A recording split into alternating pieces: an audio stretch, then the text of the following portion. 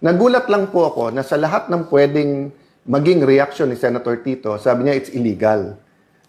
Papasalamat ako sa mga matitinik nating mga netizens na una pa kayo na tinignan yung Section 18 ng Rules ng Senate at yung Section 20 ng Rules on Investigations in Aid of Legislation. Ang point ko, sa lahat ng pwedeng reaction, bakit parang ayaw talaga na ituloy ito? Why is control important? Because the control, the chairman, schedules the hearing. So meaning, kung mababalik sa kanila, iske-schedule ba nila yung flood control hearing? Kung iske-schedule nila, kontrolado din po ng majority at ng chairman sino ang iimbitahin. Kontrolado din kung once a week, once a month. Dati po, wala naman yung partial report eh. Kaya nga, paulit-ulit ko sinasabi, ang kailangan impartial, not partial. And paano ka maglalabas ng partial na hindi mo pa nabubuo yung theory kung ano talaga nangyari? Tignan niyo po, sabi ng Office of the Ombudsman, may mastermind. Sabi ni Senator Lacson, walang mastermind. So paano ka maglalabas ng report na partial pa lang?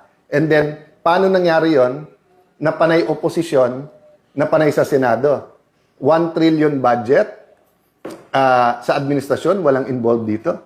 Sa ibang mga panig ng gobyerno, walang involved pa dito. So, I'm not going to go into the details precisely because gusto natin independent at gusto natin yung committee ang magpatakbo. Nagulat lang po ako na sa lahat ng pwedeng maging reaction ni Senator Tito, sabi niya it's illegal.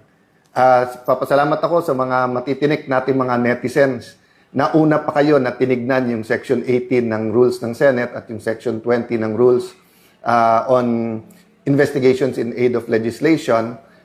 But assume natin tama si former Senate President Soto at bawal mag-create ng subcommittee. Hindi po bawal nasa rules po yan. But sabi mo, then all the majority has to do is for the chairperson, Senator Pia Cayetano, to come out herself with the notice on Monday. So, ang point ko, sa lahat ng pwedeng reaksyon, bakit parang ayaw talaga na ituloy ito?